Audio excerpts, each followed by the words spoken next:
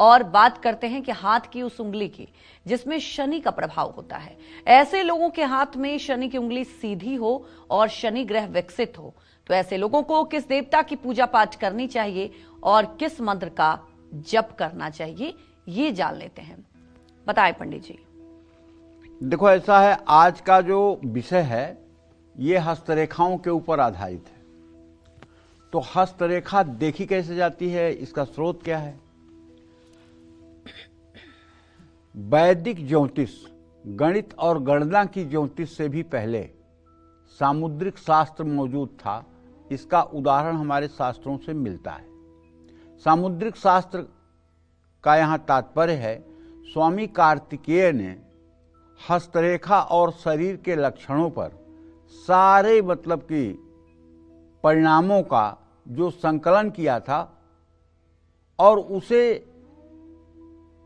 लोगों के विरोध के बाद समुद्र में विसर्जित कर दिया था। और उस विसर्जन के बाद समुद्र से जो प्रतियां प्राप्त हो गई थी, उससे जिस ग्रंथ का निर्माण हुआ उसी का नाम सामुद्रिक शास्त्र हुआ। दो घटनाएं आपको बताता हूं। पहली घटना है कि कैलाश पर्वत पर बैठ करके वेदवती नाम की एक कन्या उग्र तप कर रही थी, जो ब्रह्मा के पुत्र कुशध्वज की बेटी थी। रावण वहां घूमने गया था। रावण ने देखा कितनी सुंदर कन्या और तप कर रही है। रावण ने कहा, अरे सुंदरी, तू कौन है? और ये तप, ये कठिन तपस्या तुम्हारे योग्य नहीं है। तुम्हें से तो किसी राजमहल की शोभा बढ़ानी चाहिए। तुम ये क्या कर रही हो? क्यों अपना व्यर्थ में शरीर जला रही हो? वेदवती ने बड़ी विनम्रता से कहा कि मैं भगवान श्री हरि विष्णु को अपने पति रूप में प्राप्त करने के लिए तप कर रही हूं। मैं कुशध्वज की बेटी, ब्रह्मा की पौत्री हूं और मैं तुम्हें जानती हूं, तुम विशेश्रवा के पुत्र रावण हो। इसलिए अब आप यहां से चले जाइए।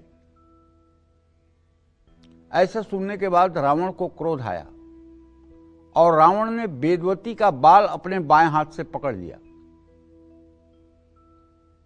बाल हाथ में आने पर वेदवती ने अपने दाहिने हाथ से अपने बाल को काट दिया और कहा कि अरे राक्षस, तूने मेरे शरीर का स्पर्श किया, मेरा शरीर अशुद्ध हो गया। अब मैं योगाग्नि में जल करके मर जाऊंगी और तेरे विनाश का कारण बनूंगी। और तत्काल योगाग्नि पैदा हुई, उसमें वेदवती ने अपने को भस्म कर लिया। कुछ दिनों के बाद रावण फिर कैलाश पे आता है, मानसरोवर में घूमने लगता है। वहां देखता है कमल के फूल में एक सुंदर दिव्य कन्या दिखाई देती है। उस कन्या को लेकर के वो अपने घर आता है। जब घर आता है तो रावण का सबसे अच्छा ज्योतिषी जो था, सामुद्रिक शास्त्र का ज्ञाता, उसका नाम था प्रहस्त। ऐसा शास्त्रों में वाल्मीकि रामायण में वर्णन आता है। तो प्रहस्त को बुला करके उस कन्या के भाग्य को जानना चाहा। तो प्रहस्त ने कहा कि ये कन्या तुम्हारे मृत्यु का कारण बनेगी और ये कन्या अजर अमर है, इसको कोई मार नहीं सकता, ये मर नहीं सकती। ये कन्या तुम्हारे मरण का कारण है, तुम्हारे सर्वनाश का कारण है और इसको तुम नष्ट भी नहीं कर सकते। फिर रावण ने कहा, क्या करना चाहिए? तो उसके समझ में आया कि भारतवर्ष में एक जनकपुर नाम का जगह है, जहां के राजा विदेह जनक हैं। उनका किसी राज्य से शत्रुता नहीं है। वो न किसी पर आक्रमण करते हैं और न कोई राजा उनके ऊपर आक्रमण करता है। उस राज्य से किसी राज्य की कोई शत्रुता नहीं है। तो इसलिए मुझे जनकपुर में ही ले जा करके इस कन्या को स्थापित कर देना चाहिए। वहां से उसने ले आकर के सोने के पात्र में और जनकपुर में जगत जननी जगदम्बा मां सीता के बाल स्वरूप को रख दिया और सूखा पड़ा था।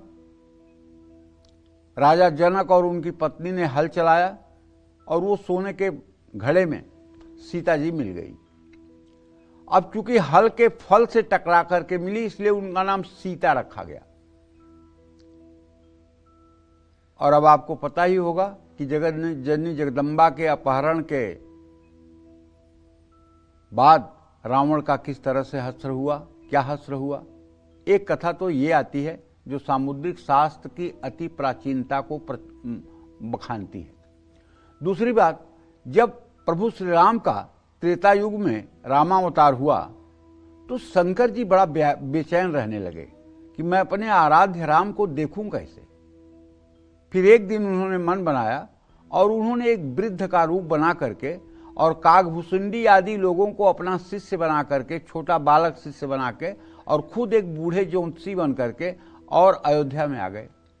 अयोध्या में आकर के घूम घूम कर लोगों का हाथ देखने लगे। जब हाथ देखने लगे तो लोगों को सब सही सही बताते थे। तो ये चर्चा जो है राजमहल में पहुंच गई। ये चर्चा माता कौशल्या को पहुंच गई कि एक बुजुर्ग पंडित जी आए हैं, वो जिसका हाथ देखते हैं एकदम सही सही बता देते हैं।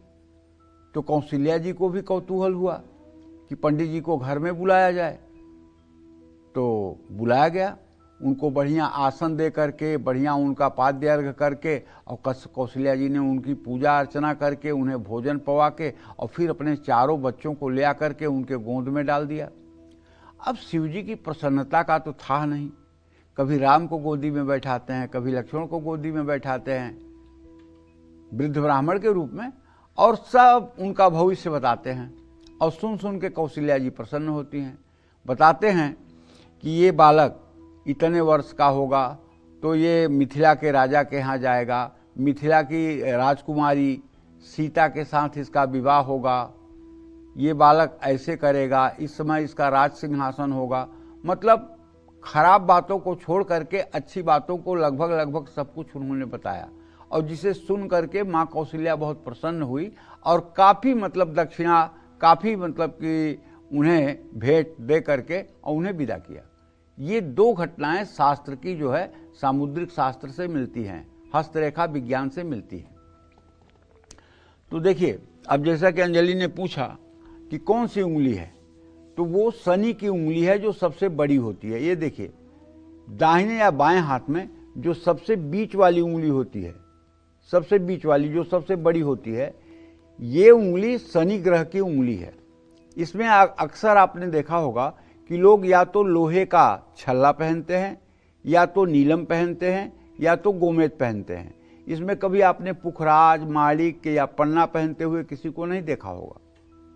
हाँ, कुछ लोग जिन्हें शास्त्र का ज्ञान नहीं है, जो लोग मनमानी आचरण करने वाले हैं, वो लोग इसमें सोने की अंगूठी भी अटका लेते हैं।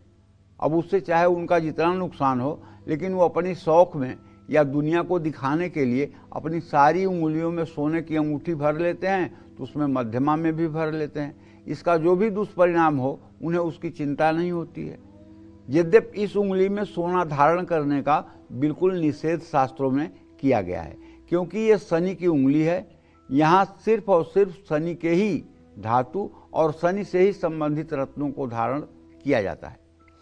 हाथ में अगर ये शनि की उंगली सीधी हो और शनि ग्रह विकसित हो, शनि ग्रह विकसित का मतलब शनि पर्वत, ये इसके नीचे का ये भाग जो है उंगली के ठीक नीचे आधा सेंटीमीटर इस तरफ, आधा सेंटीमीटर इस तरफ, और स्वास्थ्य रेखा तक देखिए, अगर ये भाग विकसित हो मतलब उठा हुआ हो, तब तो ऐसे लोगों को शनि की स्तुति जरूर करनी चाहिए, क्योंकि शनि पर्वत का उठा हुआ होना व्यक्ति के लिए बहुत ही अशुभकारी होता है।